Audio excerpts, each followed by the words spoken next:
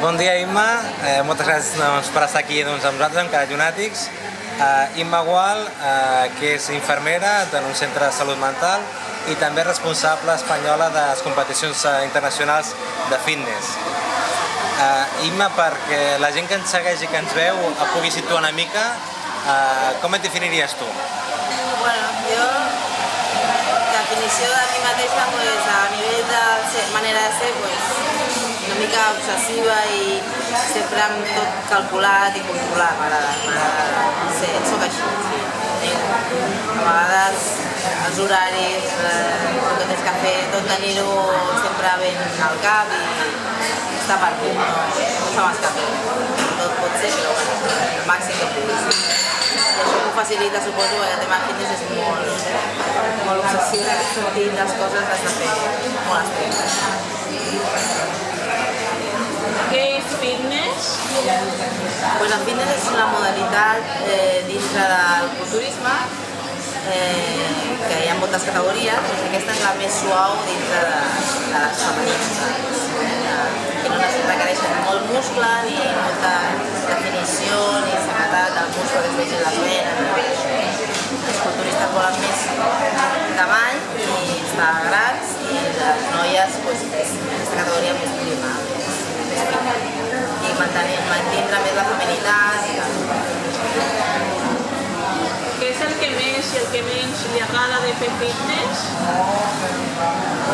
El que més el dia de la competició, que és el dia que mostres tot el treball, el sacrifici que estic fent durant mesos i és el moment que ho vius més, no? Que mostres. Després, el que menys, haver de deixar coses, haver d'estar prioritzant sempre l'entrenament, menjar, què tens que menjar, no? Tot això són sacrificis, és el que menys agrada, però ho has d'anar compaginant com vols.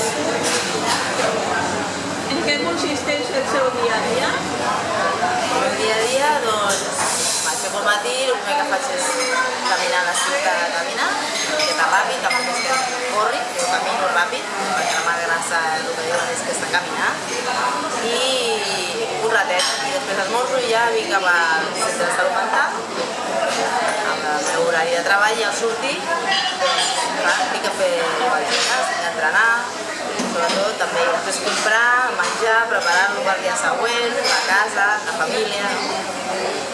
Això és el dia a dia, i un dia rere l'altre, perquè he de menjar cada dia, he d'entrenar 5 dies a la setmana, 5 dies a la setmana és lliure, però és així, com dèiem, els horaris i tot molt estrès i estirar les hores. ¿Cómo se siente más identificada? ¿Como enfermera o como profesional del fitness? No sabria decantar-me cap a un costat o l'altre. Generalment, quan estic d'enfermera, em centro en el que estic i no comparteixo gaire aquesta passió, no? És poc, ho saben poca gent. Quan estic d'atleta, no? Si em poso a les malles i tot i tal, clar, tampoc vaig dir que soc enfermera, perquè és un altre ambient, no? Però, clar, si tingués que decantar, infermera és el que havia estudiat, és el que havia... Nosaltres era un hobby, a poc a poc s'ha anat convertint en una... no en una professió, però quasi, no? És el que se dedica, de ple, no? Però, clar, el que jo era infermera, està clar.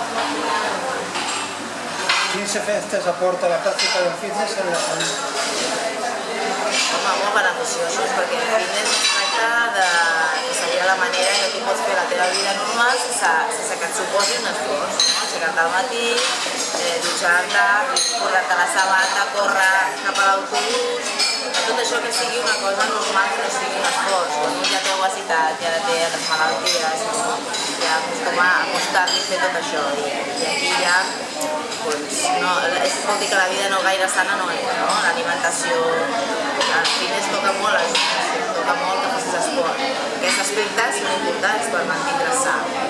I a part d'això, amb el temps, realment mantens més jove, el cos, i no tens tantes malalties i problemes futurs.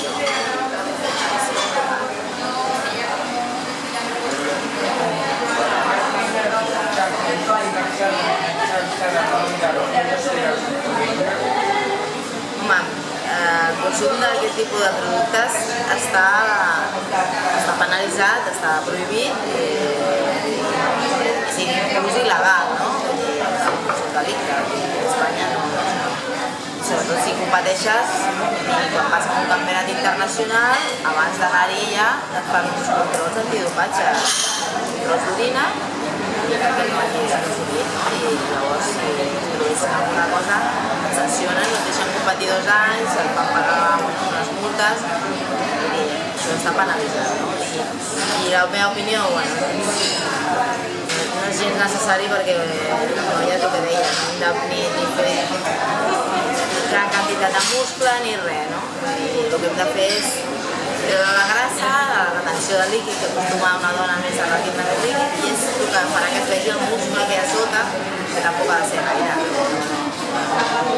No ho recomano perquè, clar, això perjudica també la salut a nivell de, ja, pues, de la teva pròpia hormones masculines amb una dona, pues, li canvia la manera de ser, no? Ja no és com una dona, no? Això no estic d'acord. Aquestes categories més suaus pues, faciliten que tot això s'aparegui.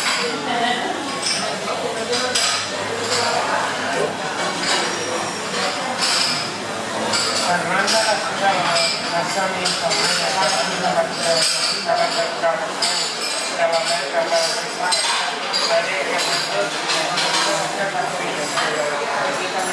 Pots repetir, sisplau?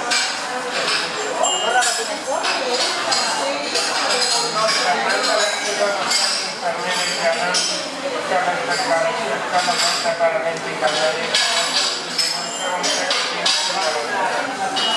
Sobre l'eutanàsia? La veritat és que no sé quines declaracions ha fet aquesta atleta, no?